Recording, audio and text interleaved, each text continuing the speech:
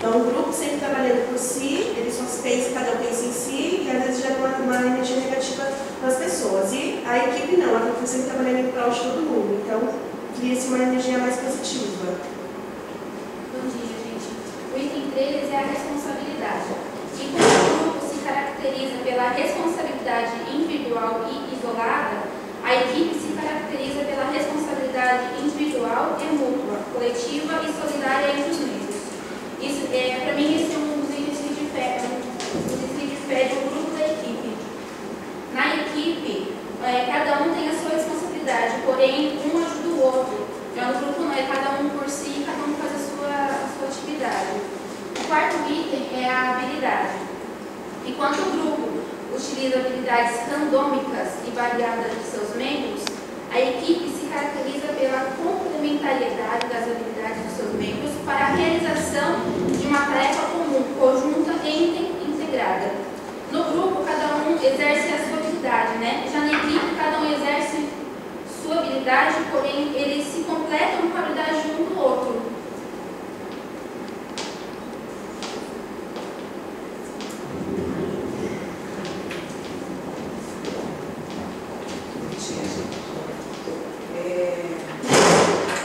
Em relação às vantagens do trabalho em equipe, nós sabemos que há uma sinergia maior, as pessoas se sentem participantes do processo e cada um tem o seu papel e a sua responsabilidade.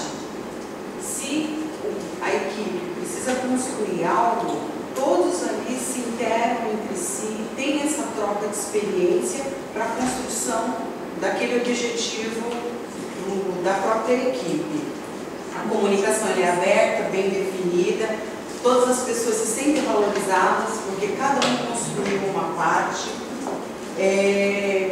As pessoas, elas estão abertas a ouvir, né, uns aos outros, colher opiniões e impressões para a construção desse todo, desse trabalho que foi colocado na mão da equipe para estar realizando.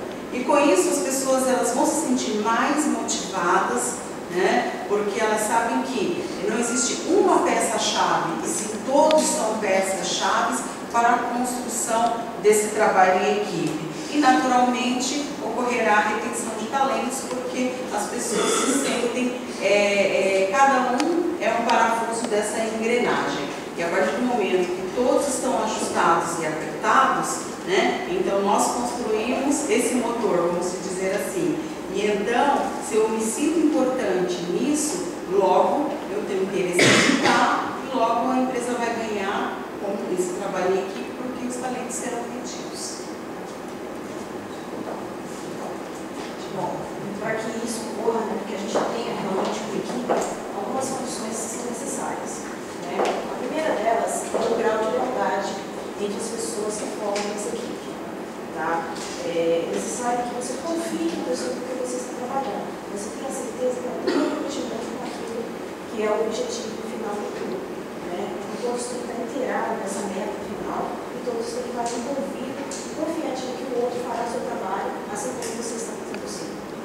Outra necessidade também, né, é ajudar. Né? Você tem que contar com a pessoa que está ao seu lado. Você pode, mas você tem que ter essa interação. Ah, eu não consegui. Né? O outro bem explicou aqui. Né? Um está com dificuldade, o outro vai e ajuda. Né? Afinal de contas, as habilidades da equipe, elas têm que se somar. Um tem que ajudar o outro, as habilidades têm que ser complementares. Os membros, eles têm que estar seguros para tomar decisões. Você tem que ter liberdade para tomar aquela decisão no momento que ela é necessária. Né? Você tem que estar comunicando a chefia superior sobre uma coisa local que está acontecendo que você precisa resolver. Os valores, né, e a necessidade de cada membro, eles têm que ser vistos, né, eles têm que estar realmente envolvidos. Então, você tem que concordar com os valores também daquela equipe. Então, não adianta você colocar uma pessoa que tem valores completamente opostos.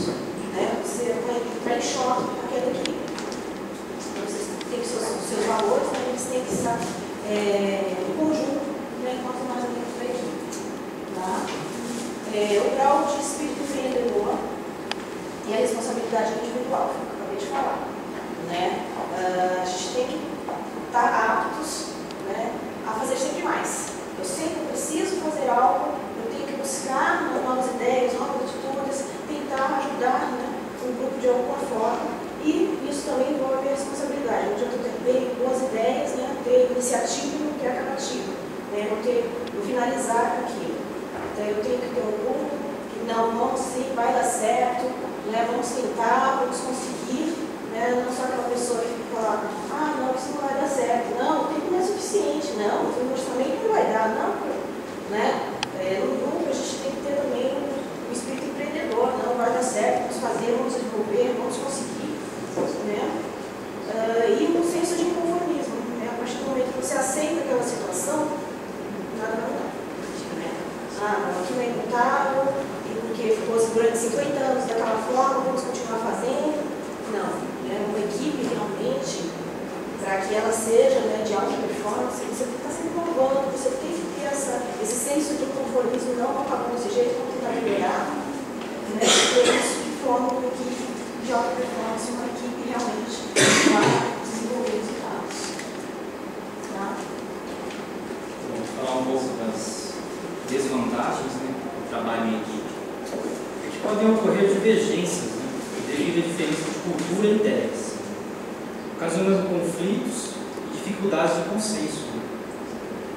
Outra situação que gera conflito é a passividade de um integrante da equipe, né, gerando mal-estar dentro da mesma, então dificultando ali o ambiente da equipe.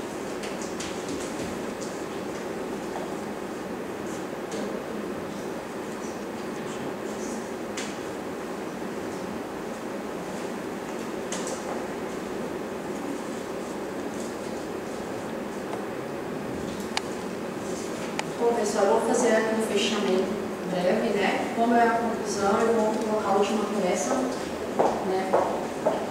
Vou fazer um fechamento breve. Bom, a gente está falando aqui sobre o trabalho em equipe, né? E a gente até citou aqui o exemplo do trabalho em grupo. A gente mostrou aqui o vídeo do Chaplin, que mostra produção em série, produção industrial, né, o êxodo das pessoas do meio rural para o meio urbano, o trabalho simplesmente robótico, é um trabalho robótico, falta de comunicação interna, não tem endomarketing, não tem nenhum tipo de...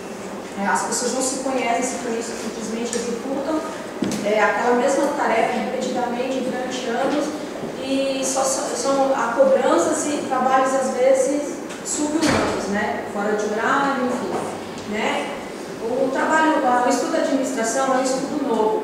O estudo dos recursos humanos, do comportamento humano, do trabalho dentro das empresas, também é um trabalho muito recente, que está sendo desenvolvido e que assim, ainda está a passos curtos ainda. Acho que tem muito que ser trabalhado, até dentro da área, mesmo profissionais que atuam nesse segmento, então ainda estão muito precisando